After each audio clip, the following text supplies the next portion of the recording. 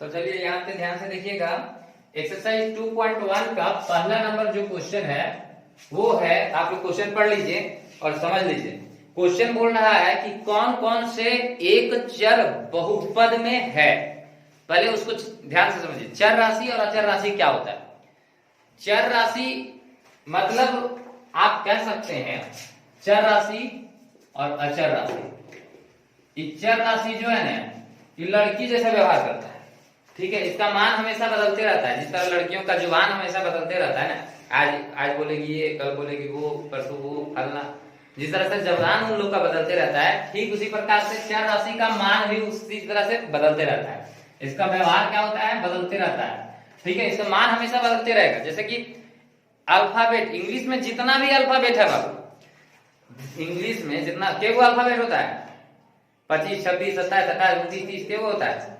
26 होता है। चलो ठीक है, इतना तो याद है। चलो हम सोचे लड़कियों के पास, चलो नहीं उतना जानती है। इंग्लिश में 26 अल्फाबेट है, तो छोटे हैं या बड़े हैं, सारे मिला करके वो सारे जो है तो चर राशि कहलाएंगे। क्या कहलाएंगे? चर राशि। उसमें आप कुछ भी मान बैठा दीजिए, एक्स में है, सब जगह पे सटीक बैठ जाती है। देखिए लड़की होती भी है ना, तो एक माँ भी बन जाती है, एक बहन भी बन जाती है, और सब चीज बन जाती है, सब चीज है ना। इसका मान जो है तो बदलते रहता है, परिस्थिति के अनुसार अपने आप को डाल देती है, ठीक है। ये भी कह सकते हैं। दूसरा बात कि जैसे एक्स लिख दिए हैं, तो एक्स के स्थान पर हम 2 भी रखेंगे, 3 भी रखेंगे, 4 भी रख सकते हैं, 10 भी रख सकते हैं, कोई दिक्कत नहीं होने वाला, ठीक है। तो ये हो गया चर राशि। अचर राशि किसे कहेंगे? अचर राशि कांस्टेंट रहता है, अचर राशि कांस्टेंट। अब देखिए यहाँ पढ़ा रहे हैं तो वो लड़की क्या करे, पेन हिला रही है, इसीलिए उन लोग का ध्यान यहाँ पे रहबे करता है एक जगह पे, है ना। अब अचर राशि का मान कांस्टेंट रहता है। कांस्टेंट मतलब जैसे कि 1 हो गया, 2 हो गया, 10 हो गया, 20 हो गया, 50 हो गया, 100 हो गया, 1 लाख हो गया, कुछ भी रहेगा फिक्स रहेगा, ये पक्का गारंटी है। तो ये हो गया चर राशि और ये हो गया अचर राशि। अब इसमें आपको बहुपद में क्या क्या नहीं होना चाहिए वो चीज ध्यान में रखिए। बहुपद में होने के लिए जैसे कि पहले चर राशि के बारे में सीख लेते हैं। एक चर राशि, ठीक है, एक चर राशि किसमें होता है वो चीज पहले ध्यान से समझिए। एक चर राशि जैसे कि मान लीजिए 4x² प्लस 6x प्लस 7, तो अगर ऐसे दिया हुआ हो, एक बहुपद दिया हुआ हो, तो ये कितने चर राशि है? तो आप यहाँ पे पहले देखिए कि इसमें के गो अल्फाबेट है। कितना अल्फाबेट है? एक ही अल्फाबेट है ना। कितना अल्फाबेट है? एक ही। अगर कोई कहता है नहीं सर इसमें 2 अल्फाबेट है, एगो यहाँ है एगो यहाँ है, अरे ठीक है 2 है, तो हमको बता दो 2 अल्फाबेट का नाम बताओ, खाली अल्फाबेट बताना है। तो अल्फाबेट का 2 नाम, तो क्या बताओगे? एक्स और एक्स, वो तो एक ही हो गया, है ना। तो सिर्फ एक अल्फाबेट है, इसीलिए इसको कहेंगे एक चर राशि।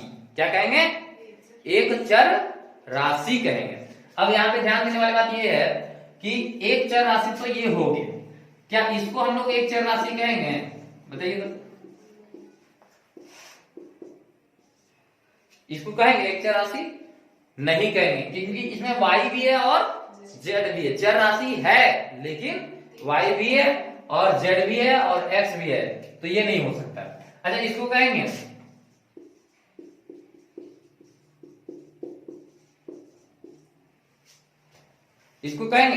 एक चर राशि? इसको भी नहीं कहेंगे। तो एक चर राशि जिसमें सिर्फ एक ही अल्फाबेट हो, है ना, ये तो हो गया काम खत्म। अब बहुपद आप लोग समझिए, पहले कॉन्सेप्ट समझिए, कॉन्सेप्ट समझने के बाद आप अपने से बना पाइएगा। बहुपद में कौन कौन होता है?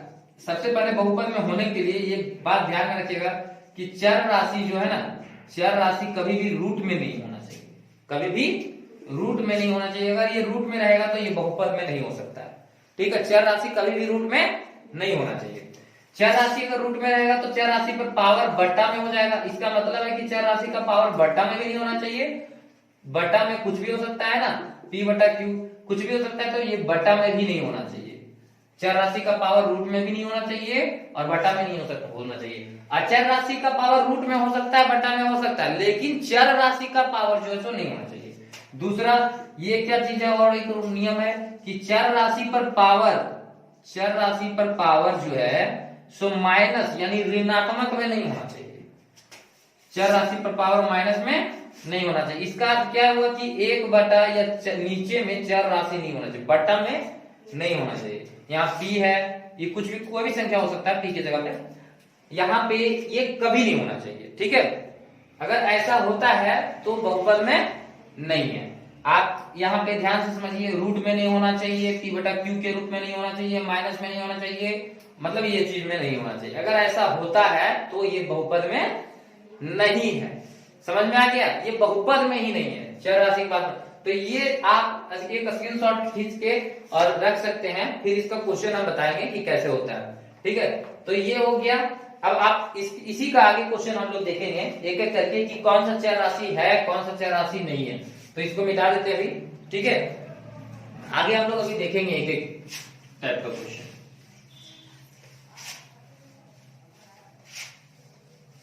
अब इसमें से पहला नंबर क्वेश्चन जो है एक्सरसाइज 2.1 का पहला नंबर में 5 क्वेश्चन दिया हुआ है।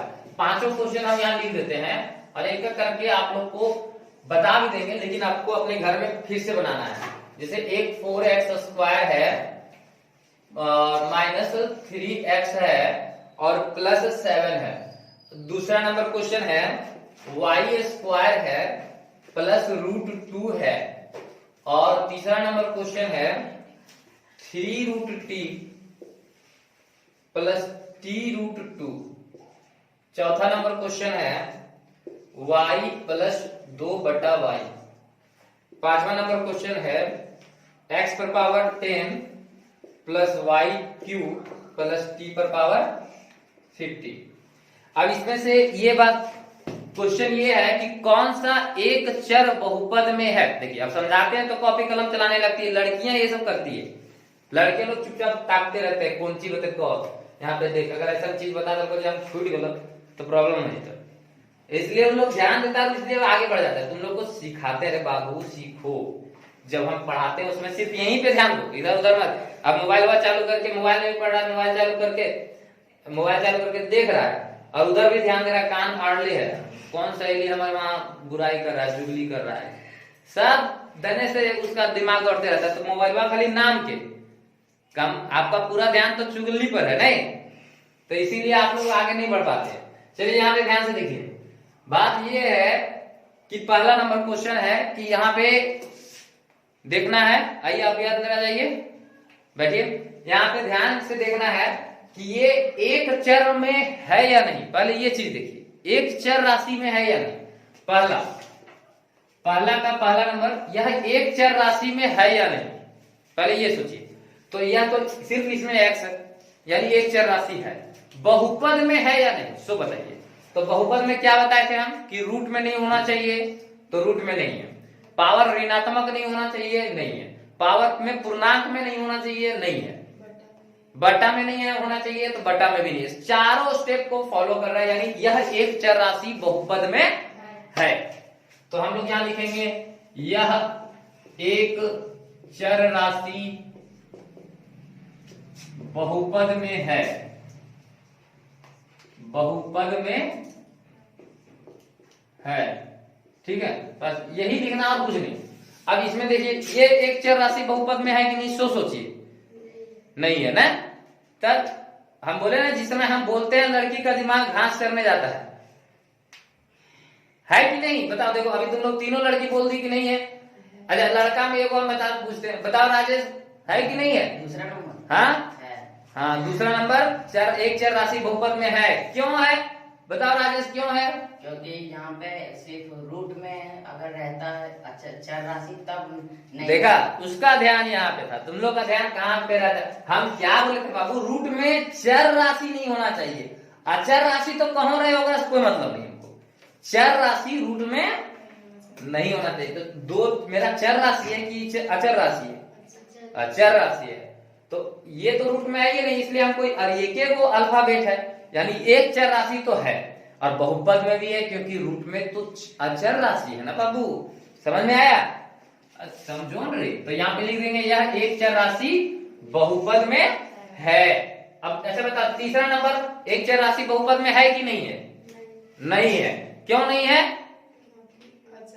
रूट में। हाँ, ये समझदारी वाला काम किया। चर राशि चर राशि अचर, ये चर राशि रूट में है, इसीलिए ये बहुपद में नहीं है, एक चर में है लेकिन बहुपद में नहीं।